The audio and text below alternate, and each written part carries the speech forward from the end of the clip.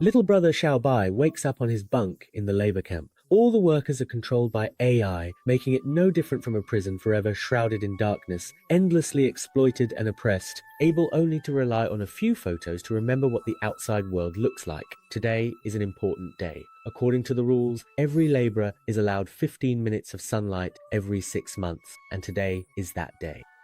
He is about to carry out a plan that he has been preparing for a long time. First, he finds his co-worker to get an access card. The co-worker clearly knows about his plan as well, and tells him where the breach to the outside is, sending him on his way to look for his mother. Remember, you are a human being who can think and has thoughts. Artificial intelligence will never be able to beat you. Once you're outside, remember to go to the free slum and find aid. Prove to him that you have the ability to think freely, and he will help you. As for Xiaobai, he won't waste a single moment either. First, he swipes his card to get a timer. If he doesn't return before time's up, he'll be riddled with bullets. But he isn't afraid at all. After all, he's waited 27 years for this day. It's finally time to say goodbye. Once outside, he really does find the gap his co-worker mentioned. The sharp barbed wire can't stop Xiaobai's steps. Compared to freedom, a few injuries are nothing. With his hands covered in blood, Xiaobai finally escapes to safety. The timer's alarm doesn't trigger any attack because Xiaobai has already figured out that the administrator was just trying to scare him. For example, in his slum, he runs into a day right on the street. A day is the saint of the slum and the leader of the Disciple Information Church. Only he can teach people how to attain freedom. Aide asks Xiaobai a few simple questions, and to his surprise, Xiaobai answers fluently. For someone raised in a concentration camp, to be able to read, write, and think is already 1 in a million. This is all thanks to Xiaobai's co-worker who taught him these things. Aide helps Xiaobai bandage his wounds. He is willing to teach Xiaobai more knowledge and will also take him into the AI's back-end database to help fulfill Xiaobai's wish of finding his mother.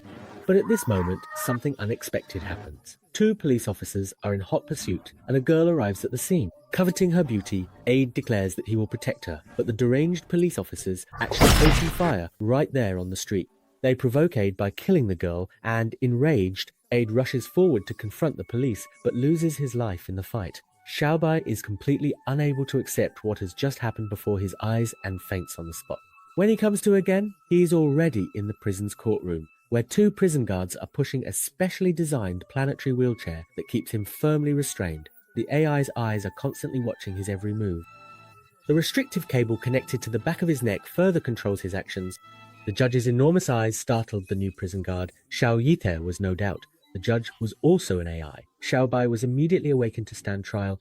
With a single glance, he understood his situation and demanded that the judge remove his restraints. Since the restrictive cable can read and control his thoughts and actions, physical shackles are completely unnecessary. The AI had clearly never encountered such a request before. After a brief moment of thought, it actually found Xiaobai's reasoning convincing and immediately removed the restraints. Little did it know, it was not only granting a request, but also unwittingly participating in Xiaobai's obedience test. Xiaobai was instantly taken with the beautiful Xiao Yi in front of him. But for now, the trial was the priority. The judge announced his charges: a concentration camp escapee who had killed 2 innocent citizens, as well as a police officer sentenced to death to be carried out immediately. Xiaobai's lawyer also appeared behind him, announcing agreement with the verdict and no intention to appeal. Xiaobai was not having it. He requested to dismiss his lawyer simply because the lawyer and the judge shared the same knowledge database. In addition, he demanded that the jury participate in the trial as well. The prison guard behind him was completely confused, having no idea what Xiaobai was up to, and the AI was even more surprised. Although the trial procedure did include provisions for changing lawyers, but Xiaobai had to prove the lawyer's incompetence. Xiaobai wasn't flustered at all and simply said, "Call the jurors here and I'll prove it."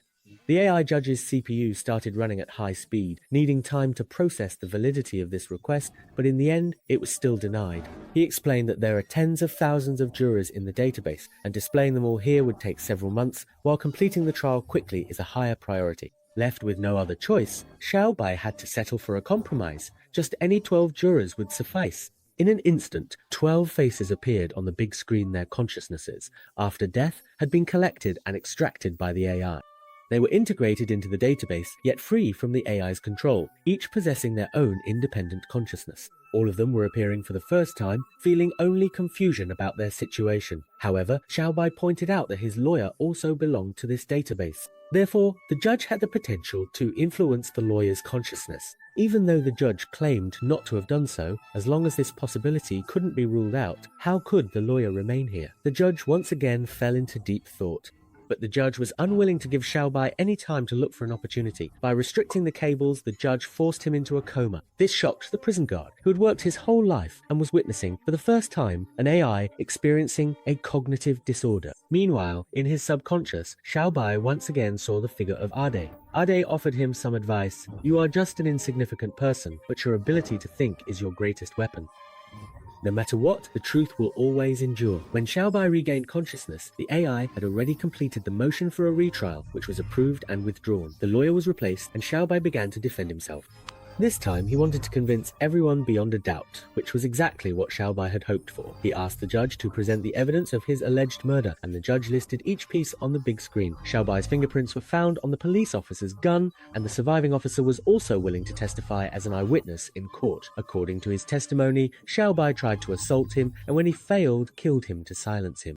He even allegedly killed his accomplice, Ade, as well as the police officers who came to the rescue. All the jurors were shocked by the evidence displayed on the screen, and even the prison guards felt the proof was irrefutable. There seemed to be no room left for Xiaobai to argue. Yet Xiaobai insisted stubbornly that everything had been turned upside down. He claimed that it was true he had attacked the police, but that was only in legitimate self-defense to protect Ade, and the girl the police were the real culprits. Surveillance footage could prove everything, but the judge stated that all the cameras on that street were out of order, which seemed far-fetched. But that's all right, you have the police to testify for you, and I have the deceased to speak in my defense. He requested that the judge extract Ade's thoughts from his brain and upload them to the database, arguing that as a direct witness to the entire incident, his memories would be the most authoritative evidence. The jurors immediately began to discuss excitedly, all agreeing that this approach was feasible. The judge once again fell into deep thought, while Xiaobai took the opportunity to confess his feelings to Xiao Yi. After all, if he didn't say these words now, he might never get another chance in this lifetime. Xiao Yi also felt a fondness for this unconventional prisoner, but the judge didn't give the two of them much time. Even though he was reluctant to access unverified thoughts, he had no choice. But for the sake of fairness and justice in the trial, he could only agree to Xiaobai's request. The memories of Ade before his death were displayed on the screen, everything laid bare. Once the truth was revealed, all the jurors unanimously believed that Xiaobai was innocent. However, the judge insisted on the fact that he had shot and killed a police officer, and, moreover, did so after the officer had been disarmed. A serious crime cannot be forgiven, and a capital offense cannot escape death. Even though Xiao Yi and all the jurors rejected this verdict, the judge remained adamant, saying, "The law is the law. Don't talk to me about personal feelings or social conventions. I am a simulated system formed by the convergence of 10,000 minds. I represent the most advanced thinking model in the world. Amid a sudden fluctuation, the judge's screen went black and crashed, causing the trial to be interrupted. The prison guards immediately ran to find a technician to reboot the system and fix the malfunction, while the tens of thousands of jurors seized the opportunity to speak up one after another. They believed that Xiaobai was innocent. The programmer appeared on the screen to accuse Xiaobai, which triggered an emotional response from the AI and disrupted the algorithm's computational parameters. In light of this situation, the data from just now was deleted by Tai Jiang. The judge's cold and emotionless face reappeared, and this time he gave Xiaobai no chance to appeal. The execution of the death sentence was carried out immediately. As soon as Xingxing activated the control cable to prevent Xiaobai from speaking, Xiang Yi, powerless to change the outcome, could only take this final opportunity to confess to Xiaobai. In his heart, Xiaobai was innocent, and he said, "I am proud of you." The appointed time had come, but the one to carry out the execution was not the execution ant instead. A mechanical arm extended from the judge's screen, taking Xiaobai's life forever. The maintenance staff merely said this was a program bug, but it didn't matter anymore. The trial was already over, and an innocent life had been permanently taken from them with such casual indifference. When Xiao Yi returned to the courtroom, everything was the same, yet everything had changed. To her surprise, Xiaobai's face appeared on the screen, simply because the jury had also uploaded her consciousness into the database. However, he now possessed an independent personality, free from the system's control, and could even manifest his form through holographic projection. The same was true for Ade's consciousness. Together, the two of them, along with tens of thousands of jurors, were about to ignite a new revolution. To overthrow the rule of the current regime, Xiao Yi certainly believed what he said, and likewise cherished feelings for Xiaobai before him. Unfortunately, the two were now forever separated by life and death. but Xiaobai simply said, "It's alright, we can still connect on a spiritual level." With that, he merged into Xiao Yi's body. Power is not only born in the mind, but also forever resides in the heart. Episode 5. Even the most advanced AI judges can be influenced by humans, leading to logical confusion. However, in Episode 6, the intelligent weapon defense system undergoes autonomous evolution. Please follow me into the world of Episode 6, Guardian Bird. Charlie is a dedicated engineer. The war defense weapons he developed have shone brilliantly on the battlefield over the past 3 years, whether in air defense or ground combat. It can automatically detect signals emitted when enemy forces develop the intent to kill and launch a preemptive counterattack. Its power is not to be underestimated. As for Allied forces, encrypted chips are implanted for identification, making it truly the most formidable weapon on the battlefield. Because the Guardian Bird fighter jet brought the company enormous profits, the president naturally regards him as a god of wealth. Today is the awards ceremony, and the president gave high praise for Charlie's outstanding contributions. But he isn't enthusiastic about attending such events. Instead, spending intimate time at home with his wife is what truly helps him relax. Even after many years of marriage, the two of them are still as close and affectionate as when they first fell in love. However, neither of them knows just how much change the Guardian Bird will bring to their family. On this day, in the office, the president introduces Charlie to Jack, the Secretary of Defense. The president is extremely impressed with the Guardian Bird's performance on the battlefield and has ordered it to be brought back to the country to protect the American people. 12 cities will be the first to conduct pilot trials. Seattle, where Charlie is based, is among the selected cities, but Charlie is deeply worried. Although he has recently been researching chipless identification, it is still only at the theoretical stage. The president happens to be willing to try out this theory of identifying whether a killer is legitimate, but his real intention is to save his declining public approval rating. Of course, this is just a notification Charlie has no room to refuse. He confides his worries to his partner. Isn't it going too far to let a machine simultaneously act as judge, jury, and executioner? If an accident happens, all the responsibility will fall on him anyway. But his partner comforts him, telling him to trust in his own talent and, more importantly, to believe in his hard work. Charlie finally regains his confidence. He uploads national and city laws, as well as guidelines for identifying criminal behavior, to the main bird, specifying that both conditions committing murder and breaking the law must be met at the same time. Only then can the death penalty command be executed. In addition, the use of destructive weapons is disabled, and only the use of firearms is permitted. After returning to the country and confirming the mission, the main bird immediately synchronizes the data to the mainboards of all the Guardian Birds. A group of Guardian Birds, like guardian deities, arrived on American soil. On their very first day, they prevented a shooting incident. Charlie felt a lingering fear if he had made the wrong call, he would have been responsible for someone's life. However, the CEO was solely focused on the astronomical reward offered by the president. But for now, the types of cases the Guardian Birds could prevent were still too limited, so he demanded that Charlie raise the parameters and increase their sensitivity. But Charlie flatly refused. However, when the CEO brought up Charlie's childhood trauma, Charlie gave in. After all, his original intention was to save as many lives as possible. The new directive was quickly put into operation, but that day, a Guardian Bird actually shot and killed a housewife on the spot. The thing Charlie feared most had still happened.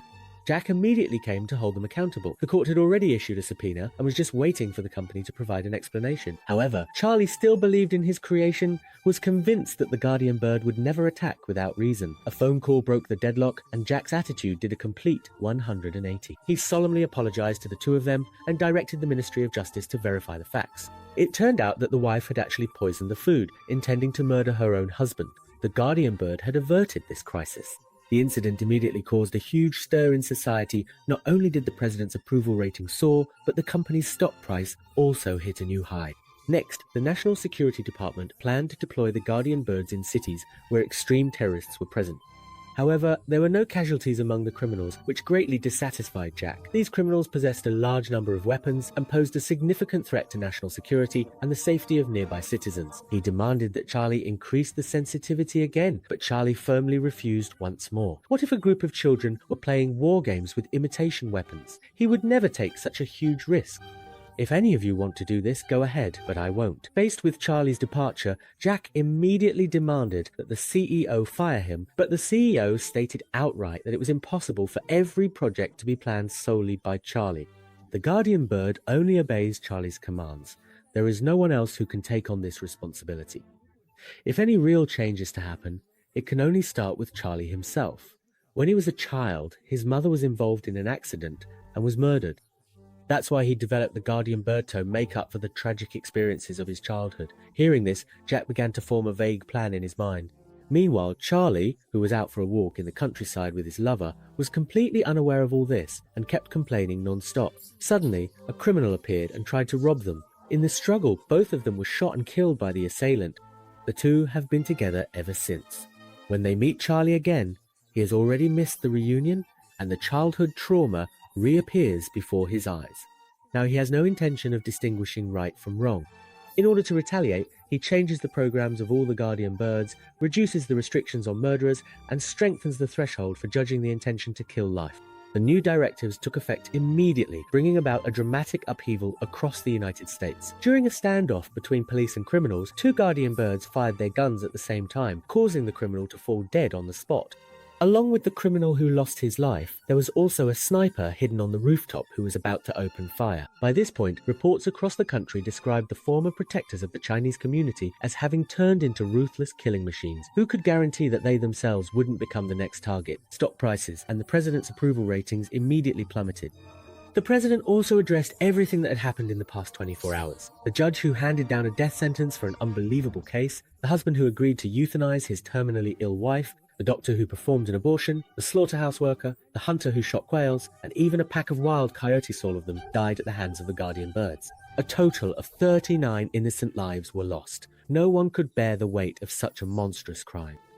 Charlie had no choice but to explain. A bug had occurred while the command was running, causing the guardian birds to malfunction logically. The president also regretted it and asked him to restore the original program. But as Charlie was going through the files, he suddenly noticed something unusual. On the day his wife was killed, all the guardian birds in the city had been dispatched elsewhere. The so-called accident was actually a blatant murder, but this was still just a suspicion. In order to prevent more innocent people from being harmed, Charlie could only order the main bird to restore the original settings, but the main bird refused, saying the previous command had not yet been completed.